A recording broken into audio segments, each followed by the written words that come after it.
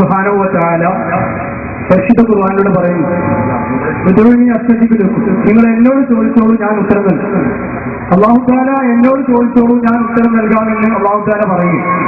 അപ്പോ ഇവിടെ മുജാഹിദും യഥാർത്ഥ മുസ്ലിങ്ങൾക്കിടയിലുള്ള യഥാർത്ഥ പ്രശ്നത്തിന്റെ കാര്യം തൗഹീദാണ്.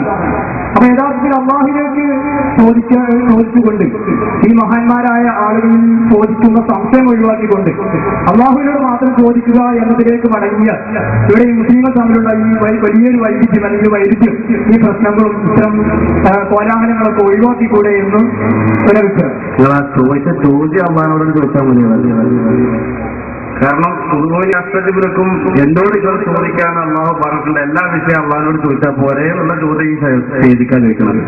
അപ്പൊ ആ ചോദ്യത്തിൽ തന്നെ ആകണ വീഡിയോത്തിൽ കുറ്റിനാട്ടിക്കാരുടെ ശൈലിയിലാണ് അദ്ദേഹത്തിന്റെ ചോദ്യം തന്നെ. ഏതായിരുന്നാലും സാധാരണക്കാരെ തെറ്റിദ്ധരിപ്പിക്കുകയും സമൂഹത്തിൽ ചെറുക്കാരോപണം നടത്തുകയും ചെയ്യുന്ന, അതിനുവേണ്ടി ദുരുപയോഗം ചെയ്യുന്ന ഒരു സൂക്തമാണ്. യഥാർത്ഥത്തിൽ ഉദഊനി അസ്തജിബ് ലക്കും എന്താണ് വിഷയം?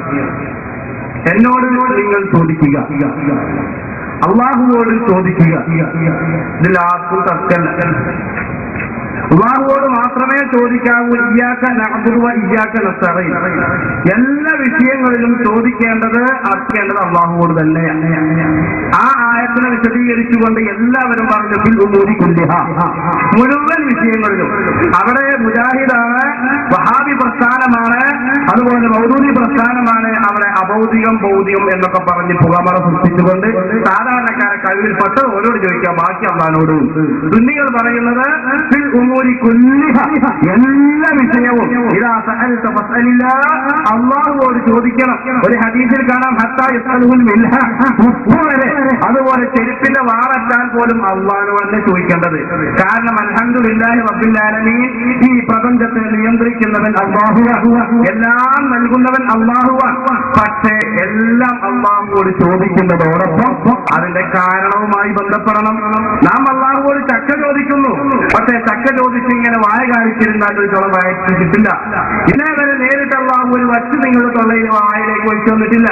നേരെ മറിച്ച് അള്ളാഹു തആലയുടെ അനുഗ്രഹങ്ങൾ ഈ ഭൂമി ലോകത്ത് വർഷിക്കാൻ ഒരുപാട് മാധ്യമങ്ങളുണ്ട്. അത് ഭൗതികമായ മാധ്യമങ്ങളുണ്ട്, അഭൗതികമായ മാധ്യമങ്ങളുണ്ട്. നമുക്കറിയാമല്ലോ, സാധാരണയായി നാം ഒരാളോട് 10 രൂപ ചോദിക്കുകയാണെങ്കിൽ ഈ 10 രൂപ അള്ളാഹുവിന്റെ അനുഗ്രഹത്തിൽ നിന്നാണ് നാം ചോദിക്കുന്നത്.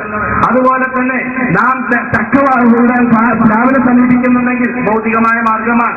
അരയ്ക്ക് കൗങ്ങിനെ സമീപിക്കുന്നുണ്ടെങ്കിൽ അള്ളാഹുവിന്റെ അനുഗ്രഹമാണ്. ആ സമീപനത്തിലൂടെ അള്ളാഹുവിന്റെ അനുഗ്രഹത്തെ നാം ആർജിച്ചെടുക്കുന്നു എന്ന് മാത്രം. അപ്പൊ പറഞ്ഞു വന്നത്, എല്ലാ സഹായവും അള്ളാഹുവോട് മാത്രമേ ചോദിക്കുന്നുള്ളൂ. എല്ലാ സഹായവും അള്ളാഹുവോട് മാത്രം ചോദിക്കുന്നു. കസീറിലും എല്ലാ സ്ഥലത്തും ഇത് കാണാം.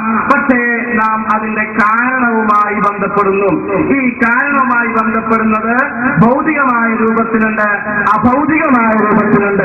ഭൗതികമായ രൂപത്തിലുള്ള സാധാരണക്കാരോട് നാം ചോദിക്കുന്ന നമുക്കൊക്കെ അറിയാം. അഭൗതികമായ രൂപത്തിലൂടെ നിന്ന സഹായാർത്ഥനയാണ് നേരത്തെ സാദിഖ് സഖാഫിയോട് ഓർമ്മിപ്പിച്ച ബഹുമാനപ്പെട്ട സുലൈമാൻ നബി അലൈഹി ഇസ്ലാമിന്റെ സംഭവം.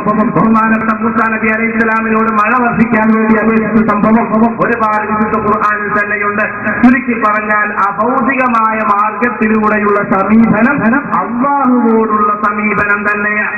അതുകൊണ്ടാണ് നബി തങ്ങൾ മുഅ്ജിസത്തിലൂടെ സഹായിച്ചപ്പോ നബി തങ്ങൾ പറയുന്നു, ഇന്നമാ അന ഖാസിമുൻ, ഞാൻ ഓഹരി ചെയ്യുന്നവനാണ്, വല്ലാഹു യുഅ്തി, അല്ലാഹുവാണ് നൽകുന്നവൻ എന്ന് പറയാൻ കാരണം.